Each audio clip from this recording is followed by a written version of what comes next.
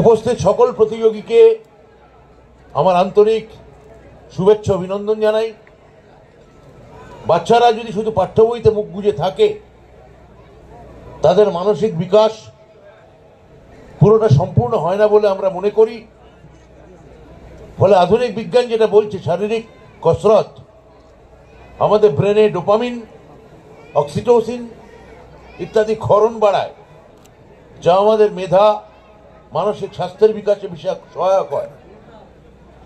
এই পুরোটার জন্য আমি ধন্যবাদ, কৃতজ্ঞতা, নমস্কার, প্রণাম আমরা জানাবো, যার উদ্যোগে আমরা এই পুরো ফান্ডিংটা আমাদের বিদ্যালয় শিক্ষা দপ্তর করতে পেরেছেন, সেই আমার মাননীয় মুখ্যমন্ত্রী শ্রীমতী মমতা বন্দ্যোপাধ্যায়, যার সুযোগ্য নেতৃত্বে আমাদের রাজ্যের স্কুলগুলোয় নিয়মিত পঠন পাঠনের পাশাপাশি ক্রীড়া প্রতিযোগিতার আয়োজন প্রত্যেক বছর করা হচ্ছে। এটা তার একটা বৃহত্তর আঙ্গিকের একটা ঘটনা এই বহরমপুরে ঘটছে।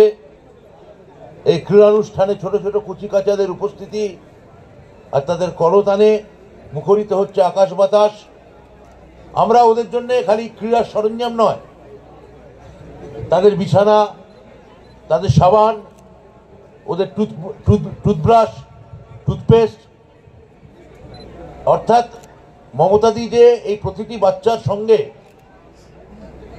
একেবারে ব্যক্তিগতভাবে তার স্পর্শ, প্রতিটি বাচ্চার মাথায় হাত রাখছেন, এই প্রত্যেকটা স্মারকের মধ্যে দিয়ে আমরা সেটা অভিভাবক এবং যারা শিক্ষানুরাগী, বিদ্যোৎসাহী যারা আছেন, তাদের কাছে আমরা এই বার্তা পৌঁছে দিতে চাইছি। আমরা জানি যে আমার মুখ্যমন্ত্রী, তিনি স্বপ্ন দেখেন এক গৌরবময় বাংলার, আর সেই স্বপ্নকে বাস্তবায়িত করতে আমরা বারবার আমাদের যে পুঁথিগত বিদ্যে, সিলেবাসের পঠন পাঠন, তার সঙ্গে আমরা প্যারালালি এই যে শারীরিক যে কসরত, সেটাকে আমরা বরাবর গুরুত্ব দিয়েছি।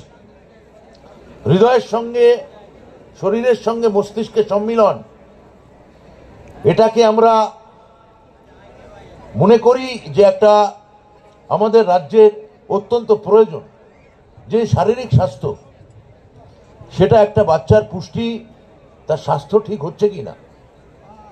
আপনারা জানেন, প্রতিটি আমাদের কেন্দ্র বলছে মিড ডে মিল পৌঁছে দেওয়ার ক্ষেত্রে আমাদের রাজ্য এখন তার সুষ্ঠু বন্টনে, তার বিপণনে এবং তার বিতরণে আমরা সারা দেশে 1 নম্বরে আছি।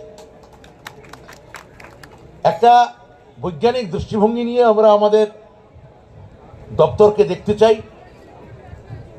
তার সঙ্গে দৃষ্টিভঙ্গির সঙ্গে যে মানবিকতা, মানবিক দর্শন, তার একটা স্পর্শ চাই, এবং সর্বোপরি যে প্রতিটি বাচ্চার প্রতি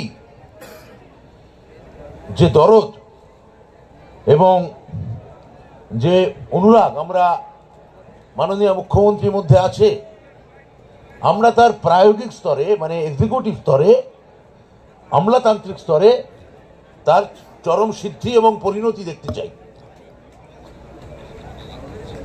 গৌতম পাল একটু আগে বলেছেন যে কিভাবে আমরা এবছর অত্যন্ত চাপের মধ্যে, তার মধ্যেও মাথা ঠান্ডা করে পর্ষদ কিভাবে প্রাথমিক টেট পরীক্ষা নিয়েছে, 2বার নিয়েছে এবং একবারে অ্যাপয়েন্টমেন্ট সম্পূর্ণ হয়েছে।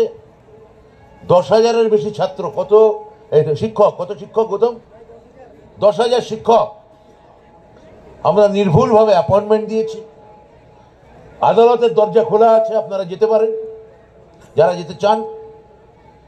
কিন্তু আমি বলতে চাই যে আমরা আমাদের জ্ঞান বুদ্ধিমতে পর্ষদকে বলেছিলাম যে সম্পূর্ণ স্বচ্ছতার সঙ্গে মেধাকে গুরুত্ব দিয়ে আপনারা এই পরীক্ষা নেবেন এবং শিক্ষকদের কর্মসংস্থানের সুযোগ ঘটাবেন। এটা মমতা ব্যানার্জি সময়ই হয়েছে। আমাদের পরের টেট পরীক্ষাও হয়ে গেছে, আমরা হয়তো সামনে লোকসভা নির্বাচন আছে, তারপর আমরা পরের রেজাল্টে পর্ষদকে আমি বলবো যত দ্রুত 70 বার করে দিতে। তো আমি বলতে চাই যে আজকের এই সাফল্যকে এবং আজকের এই অনুষ্ঠানকে যে একটা সাফল্যমণ্ডিত জায়গায় পৌঁছে গেল, তার গুরুত্বপূর্ণ অংশ হলেন আমার প্রিয় বিদ্যালয়ের শিক্ষক শিক্ষিকারা। অনেকে আজকে এসছেন, অনেক আধিকারিকরা মঞ্চে আছেন। ছাত্রছাত্রীদের সার্বিক মানসিক এবং শারীরিক বিকাশের ক্ষেত্রে এই শিক্ষক শিক্ষিকারাই পথপ্রদর্শক হতে পারেন, আপনারাই পথ দেখাতে পারেন। আমি নিশ্চয়ই জানি আপনারাই পারেন ছাত্রছাত্রীদের মেধা, মনন, শরীর, এই তিনটে অস্ত্রকে সঠিকভাবে শানিত করতে, যাতে ওরা আগামী দিনে আমার মুখ্যমন্ত্রী যে স্বপ্ন দেখেন বিশ্ব বাংলা, তার এক গৌরবময় নাগরিক হয়ে উঠুক। তারা শুধু বাড়ির বা পাড়া প্রতিবেশীর নয়,